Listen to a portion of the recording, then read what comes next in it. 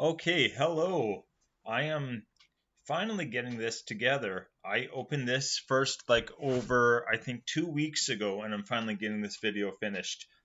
Oh, I think this whole set is cursed. We're going to talk about some warnings about the set in general, but yeah, I've had just everything that Murphy's Law happened basically. So, not to go on a rant, but I even got rained on. There's no clouds outside. I got rained on the way home.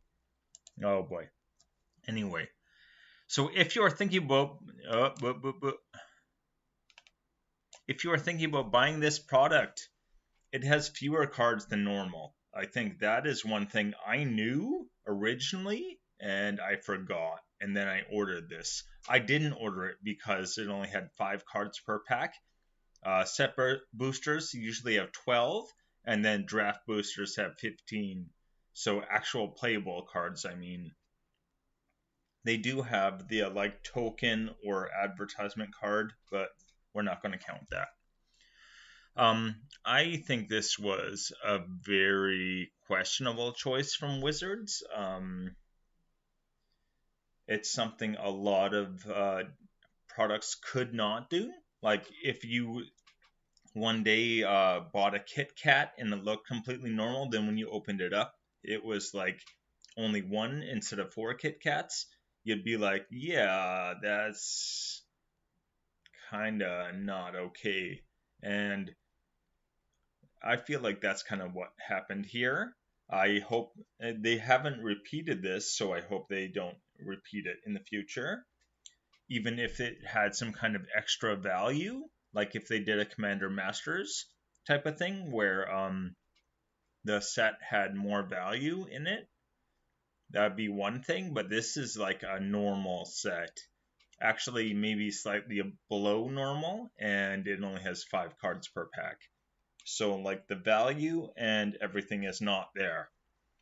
Um, Definitely, I think this is my 14th fat pack, and this is the only one I finished opening, and I was really like, oh, this is just disappointing. So yeah. Anyway, but definitely something to keep in mind.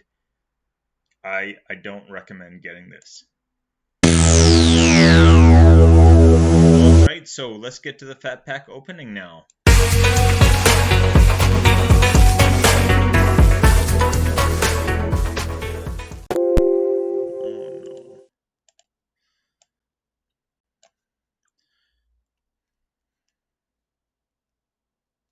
Hello, this is Joe with Nerd in Korea, and I'm here. I'm going to be opening a. Oh, just wait. Sorry, yeah, I'm opening a fat pack today. So that's going to be a lot of fun. I do love fat packs in general. If you guys haven't caught that yet, I think they're a lot of fun. But this set was not popular. I think March of the Machine was they kind of burned people out a bit. So when March of the Machine, the Aftermath, which is what this is, the Aftermath. So it's like a 2-part set, or maybe 3-part. If the Brothers War is the first part of that, I feel like maybe it is, but I don't know. Anyway, yeah. People were just kind of like burned out, I think. But we're going to take a look at the values of some of the cards. This did come out like a month ago, so a lot of the card prices have calmed down a bit. I think it's a lot better to look at values of things at around this time than it is like right when it comes out. Right when it comes out, things are massively overvalued, I find. So, yeah. Here we go.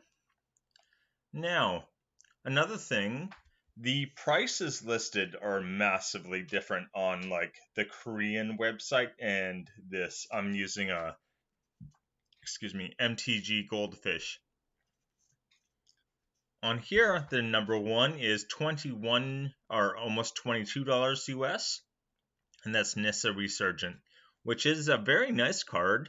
You get you can make a when you play a land, you can make also a mana of any color, so that's always good.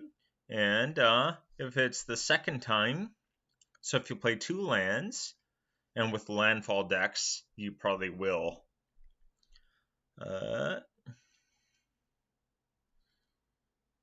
You can get an elf or elemental card out. So again, this is kind of like a very synergistic tribal and tactic or mechanic deck. So landfall and elf goes together extremely well. Also, landfall and elemental has a lot of synergy there. So yeah, you'll be able to cover that pretty easily, I think.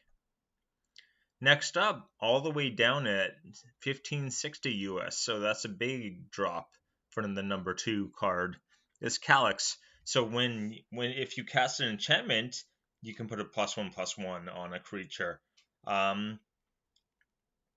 That's okay.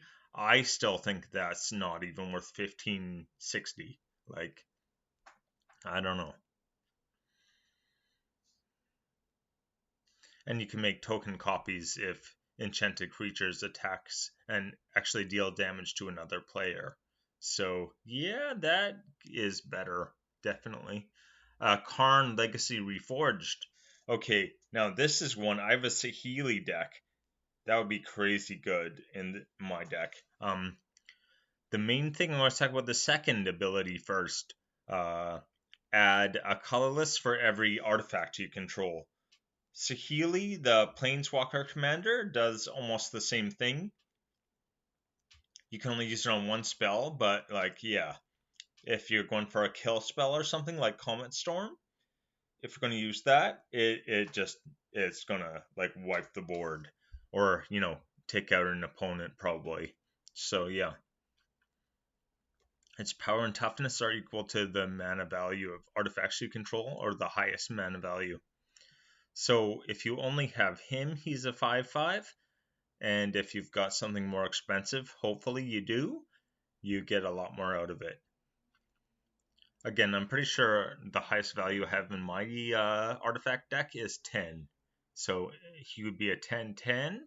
Again, you kind of want to like give it trample at that point. But we'll see. And going all the way down, we're at the 4th card, and it's already just over $5. Sarkhan, Soul of Flame. Everything with Sarkhan is Dragon Tribal. Like, he's really only interested in Dragon Tribal. Every one of his cards that I've seen has been very focused on Dragon Tribal. So yeah. Dragon spells cost 1 less to cast. And if you cast a dragon spell, you can make him a copy of that spell, which can be very useful. I think that takes a little more setup than a lot of the other ones. But yeah. Anyway, a few other things I want to point out. Narset Enlightened Exile is going down the list a bit. I think it's the 6th most valuable card. And creatures you control have prowess, so Spellslinger decks love this. And again, Jeskai, the blue, red, white is Jeskai, is what that color combination is called. And that loves Spellslinging. Like, they have Convoke decks, they have like a lot of other things. So I actually just put a Convoke deck together not that long ago. So she would be great for that. And whenever she attacks, you can exile a non-creature, non-land card with mana value less than Narset's power from a graveyard and copy it. So remember, a graveyard, not your graveyard, not the graveyard of the person you're attacking, just a graveyard, any graveyard. So that is actually very, very good. And then you may cast a copy without paying its mana cost. So you can pretty much just look at, especially if someone is looking to like bring that whatever it is back out of the graveyard, you can really stop like some combos dead with this. This was actually I think around $7 not too long ago, like a couple weeks ago. And I am just like all gassy, but that's great, of course, because I'm making a video. I gotta make this video before my son gets home, cause like it's game over once he gets home. That's we're not making any videos, so I can do the opening while he's home, and I just like mute the audio. But yeah, that's not going to happen anyway. So Narset is one thing that stands out to me, and also, oh wait a sec.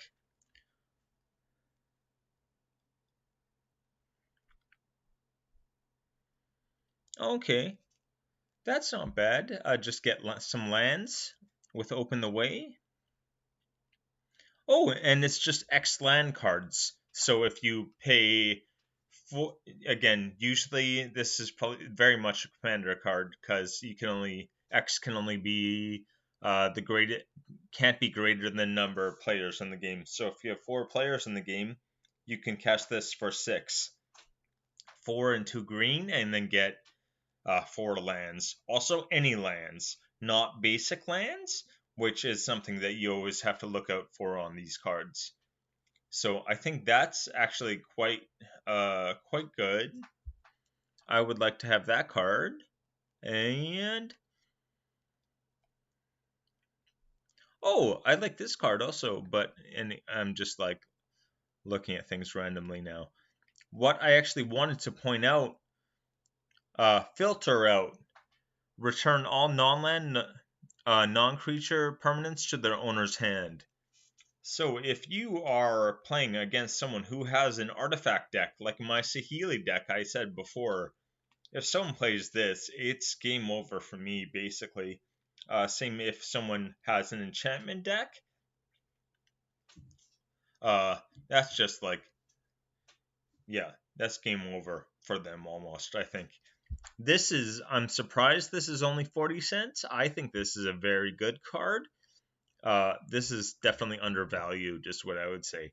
Because, like, yeah, you're not getting rid of creatures, you're not getting rid of lands, but, like, a lot of people, their decks are going to rely on, at least some enchantments and some other things, some artifacts. So, yeah, getting rid of those, even back to the owner's hands, so that they either have to be able to cast them all again or be able to, have more than 7 cards in your hand. Because they're going to end up having discard, is the idea. So I think that's a great, especially if you just want to like deal with a problem, like an artifact problem in particular. I'm thinking of because I had this exact problem and this would have solved it. Like filter out, I could see why it's 40 cents because it's like very situational. But that situation, if you're playing Commander, especially 4 players, that situation is going to happen. Like you're going to have that situation, and especially if you've got a way that you can have, more than 7 cards in your hand, then good chance that you're going to be able to cast this and like maybe knock someone out of the game or something. Niv Mizzet Supreme is in here too.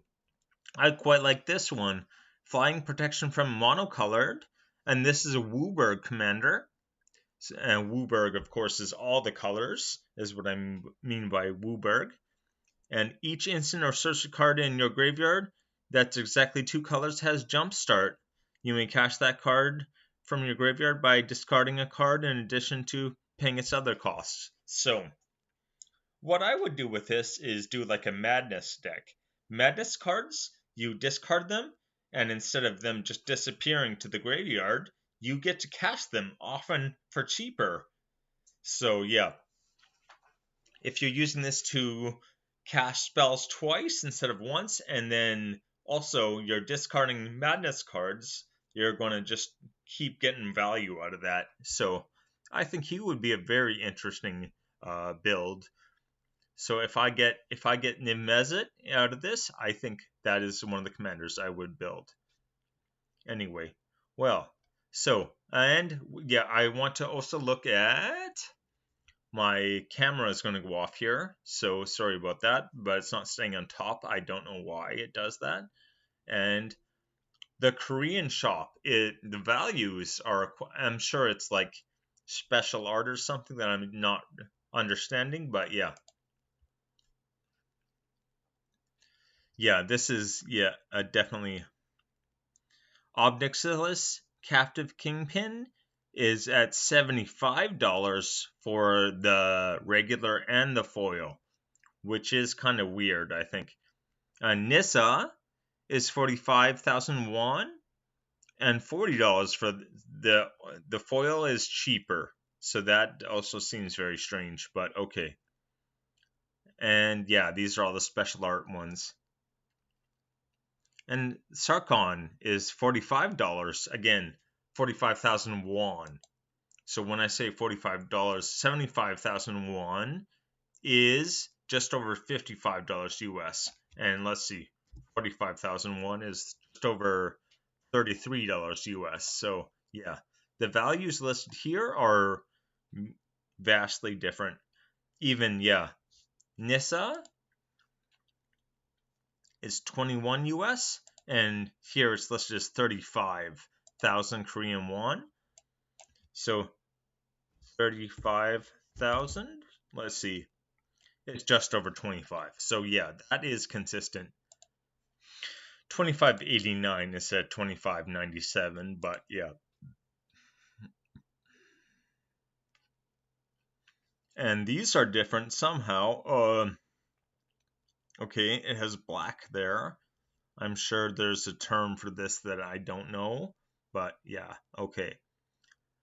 Narset, again, the special art Narset is at 33,000 won. So let's take a look. What's 33? Again, like 24 or something, I think. 24.41, yeah. So, yeah.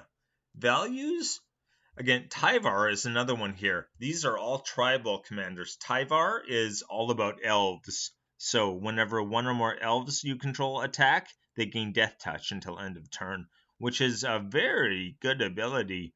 Each creature you control has, whenever a mana ability of this creature resolves, put a number +1/+1 counters on it equal to the amount of mana this creature produced.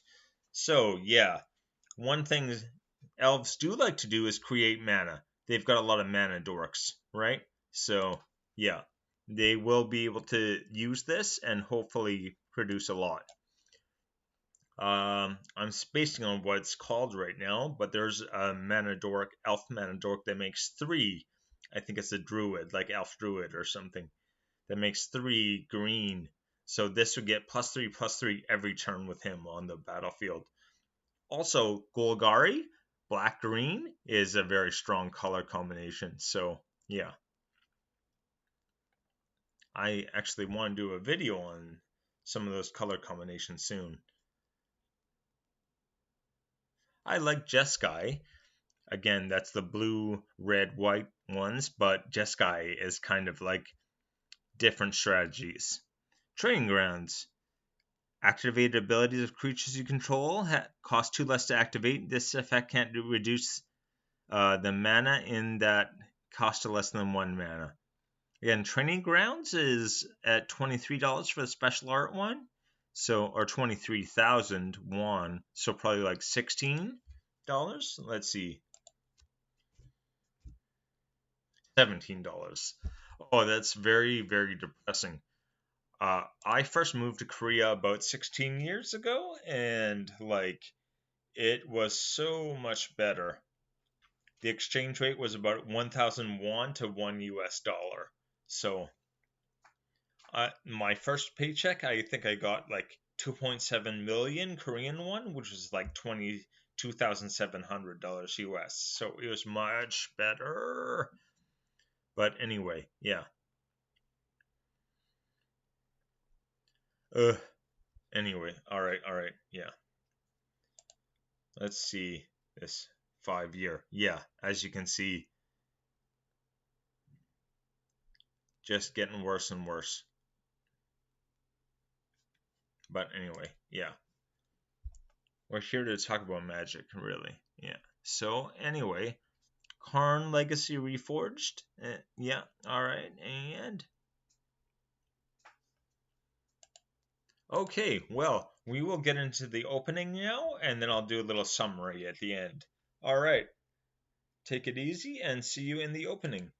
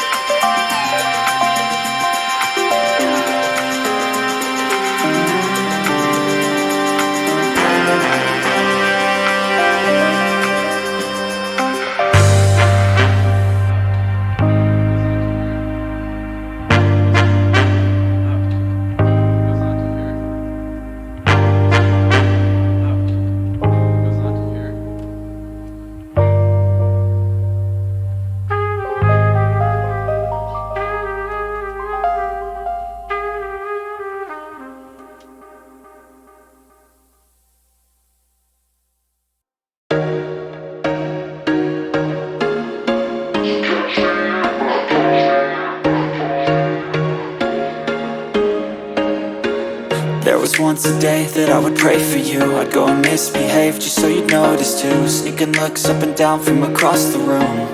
And damn, what a hell of a view. I feel good, you look great, I like you, I can't wait. A first time, a first date. You're so fine, I'm so late.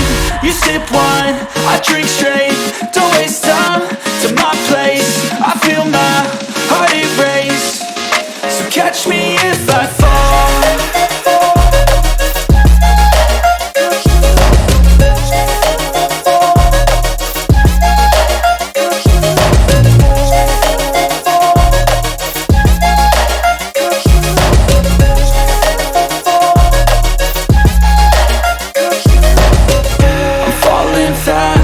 here praying that this night's gonna last. You got it all on tap, I'm loving your vibe, always have your back. We like all the same tracks, listen all night in the sheets all black. Said I'm falling fast, don't remember life before you, that's fact. I feel good, you look great, I like you, I can't wait. A first time, a first date, you're so fine, I'm so late. You sip wine, I drink straight, don't waste time to my place. I feel my heart erase, so catch me if I fall.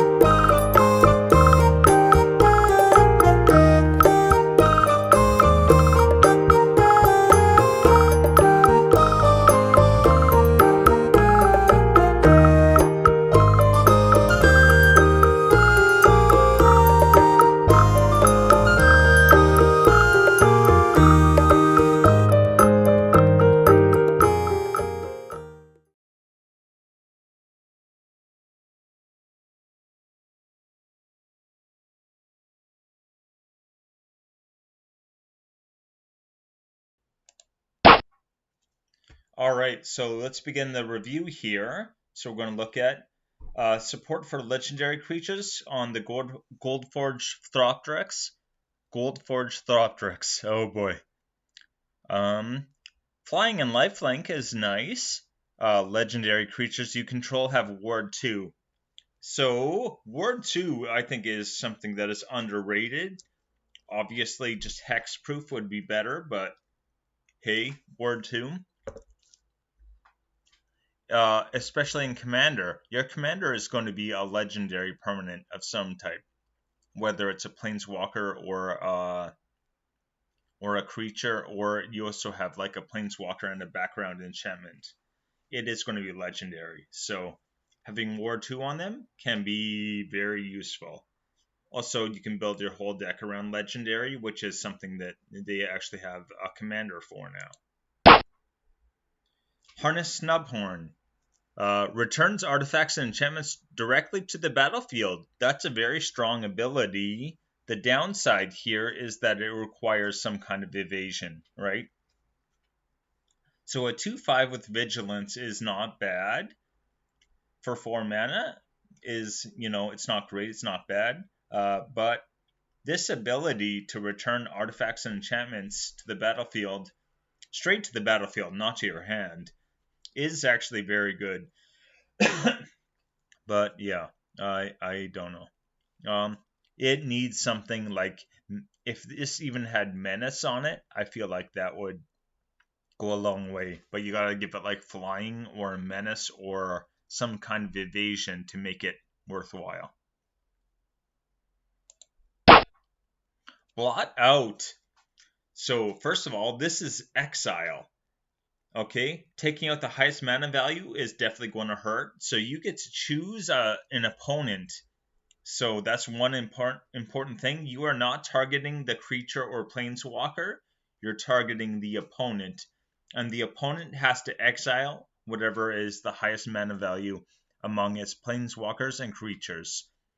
The downside, of course, is that you may only choose the opponent. Hopefully you can find an opponent that has something worthwhile, but if the highest mana value things your opponents have are not really worth exiling, then you're just kind of sitting on this. Especially in like a commander game where there's 4 players, someone is going to have a high value something, right? Like usually the high value, high mana cost, or high CMC converted mana cost cards are going to be the better ones. So doing this will definitely hurt. And again, exile is great because the fact that it's targeting the player gets around any creatures that have like ward or anything like that. And also exile gets around indestructible. So yeah, this can work in where a lot of other kind of like instant kill spells do not. So still 401 or 4 cents US, so low value. The other thing I want to point out about this is that it is a very new card, which means that its rulings are not really all sorted out. The question I had when I read this card, and let's read it very quickly, target opponent exiles a creature or planeswalker they control with the greatest mana value among creatures and planeswalkers they control. So that sounds decent, but what if they have a tie, right? If they have 2 things that are 5 CMC, or a converted mana cost is 5 for both of them. Do both of the things get destroyed? I don't think so. Do you choose, or do they choose? I would probably say they choose. Seems like most in line with the kind of spirit of the card, but under rulings for the card, it does not have any kind of clarification about what happens in that situation. So I would prefer to know that and be able to actually point to the rule. I guess if you're playing with your friends, hopefully you guys can all agree on something, but like I really see kind of like the 3 main options, and of those, the opponent choosing which one it affects seems like the most kind of in keeping with the card in general. Tolarian Contempt. Okay, so talking about the Tolarian school. 400 won or 2 cents US. So 400 won is about like 37 cents, I would say, US. So usually the bottom value for cards in Korean won is about 300 won. So 400 is like just like the next kind of integer up, I think. And when this enters the battlefield, you put a rejection counter on each creature your opponents control. At the beginning of your end step, for each opponent, you choose one creature with a counter on and put it on top of their deck. So this has a lot of, like, especially if you can force them to mill, put a creature on top of their deck and then force them to mill the creature, that would be very nice. Like, I feel this is a nice kind of, well, I'm saying combo in the sense that it works with something else, not in that like it's not an infinite combo piece, I don't think. But you can use it also as kind of like a political tool. Like, I won't send this thing back to the top of your deck if you leave me alone, kind of thing. The downside is that this is a stalling tactic, right? If it's just on top of their deck, they draw it the next turn and they can play it again. And it only targets creatures, so it's actually a pretty limited. This could easily be better if it just hit everything, or if it actually like sent things to the graveyard. To the top of the deck, you really need something else to kind of like make use of that. So there are a lot of different ways you could make use of this, but I am, yeah. Anyway, Plarg and Nassari. This is the only single I actually ordered from the set, and this lets you, at the beginning of your upkeep, each player exiles cards from the top of the library until they exile a non-land card. An opponent chooses a non-land card exiled this way. So I read this. I think this is interesting. They don't have to choose from their own, it seems, from what they exiled, just in exile, that was exiled. So they could choose someone else's spell. You may cast up to 2 spells among the other cards exiled this way without paying their mana cost. So I'm a little, this is another one where I'm a little uncertain how it works exactly. Like, if you have 3 opponents, could they each mill and then choose the same card and then you only get 1 card instead of 2? It seems like that would be possible, but yeah. You cast up to 2 spells from among the cards exiled this way without paying their mana cost. So that's very nice. I have an Averna deck. I'm putting this in the Averna deck.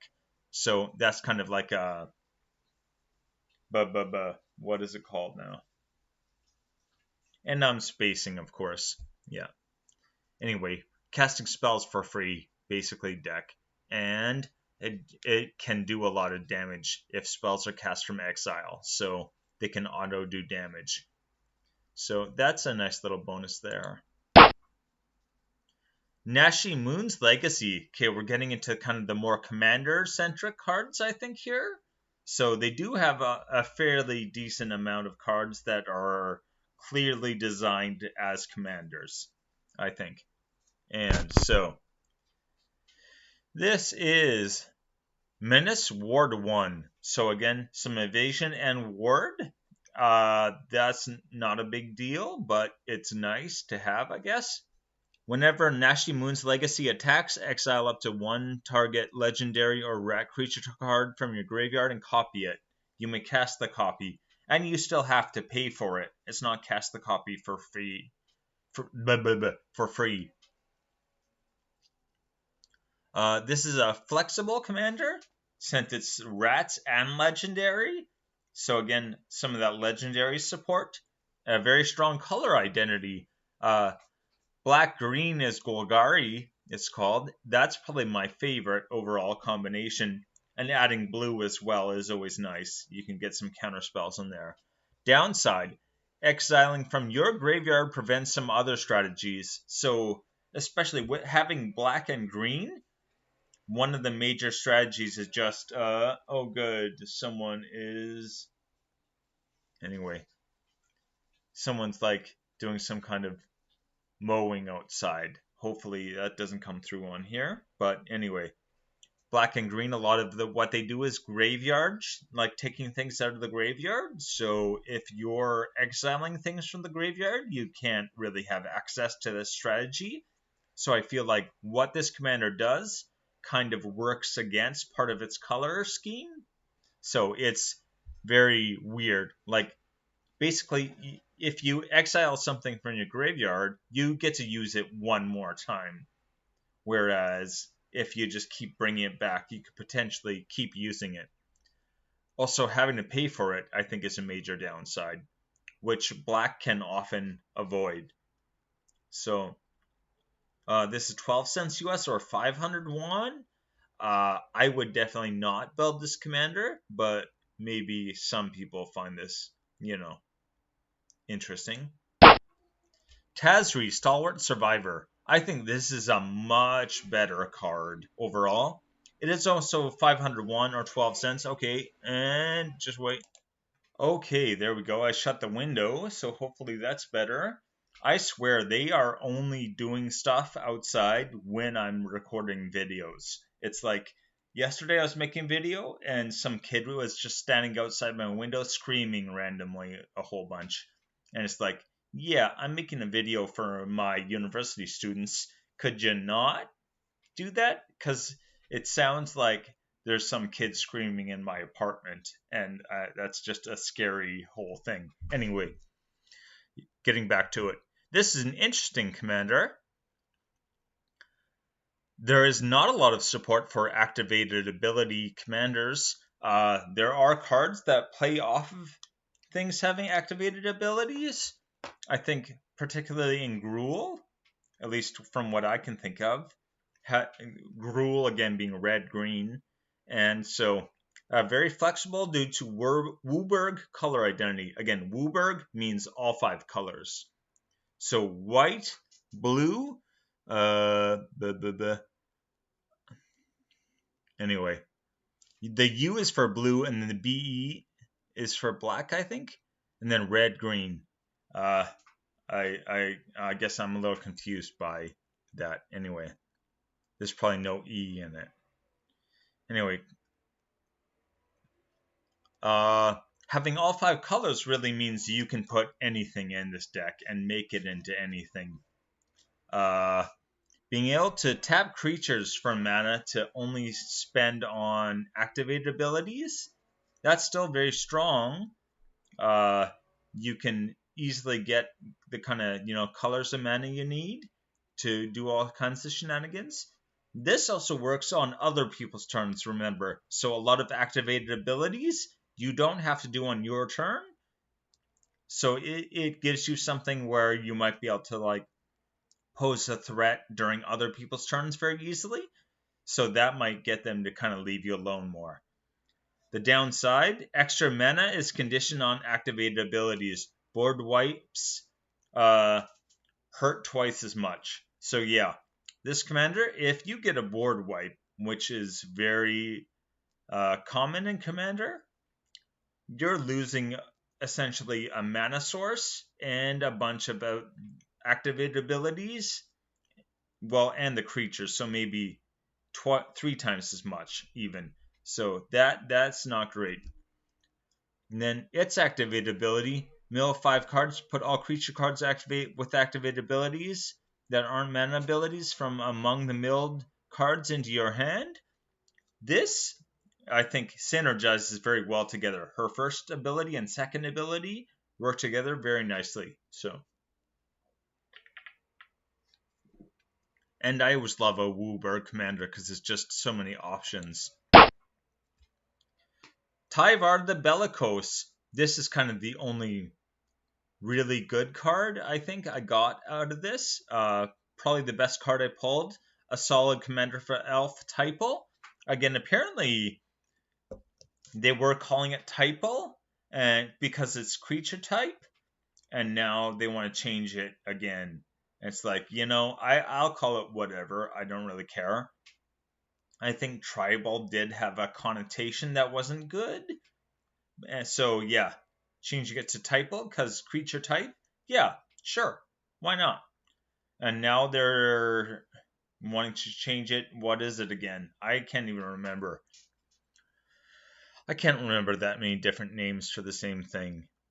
Anyway, but yeah, so I'm going to say Typal right now.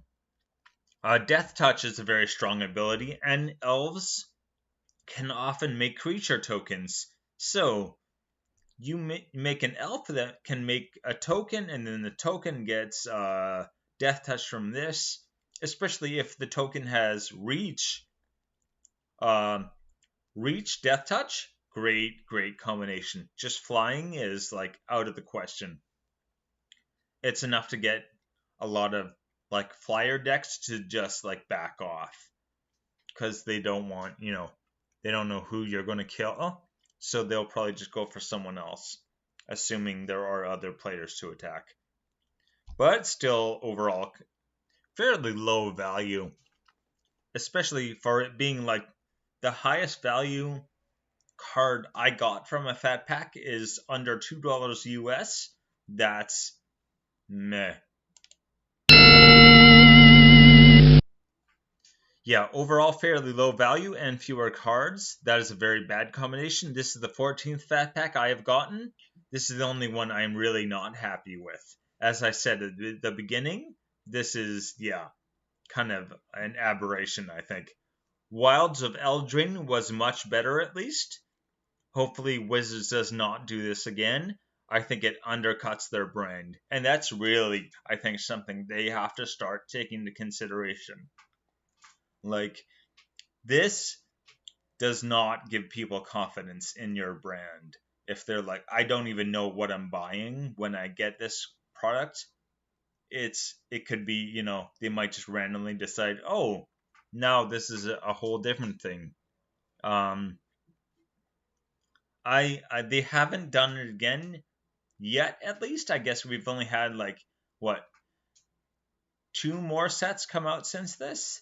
So hopefully they don't do it. But I actually already got another Wilds of Eldraine because I like that so much.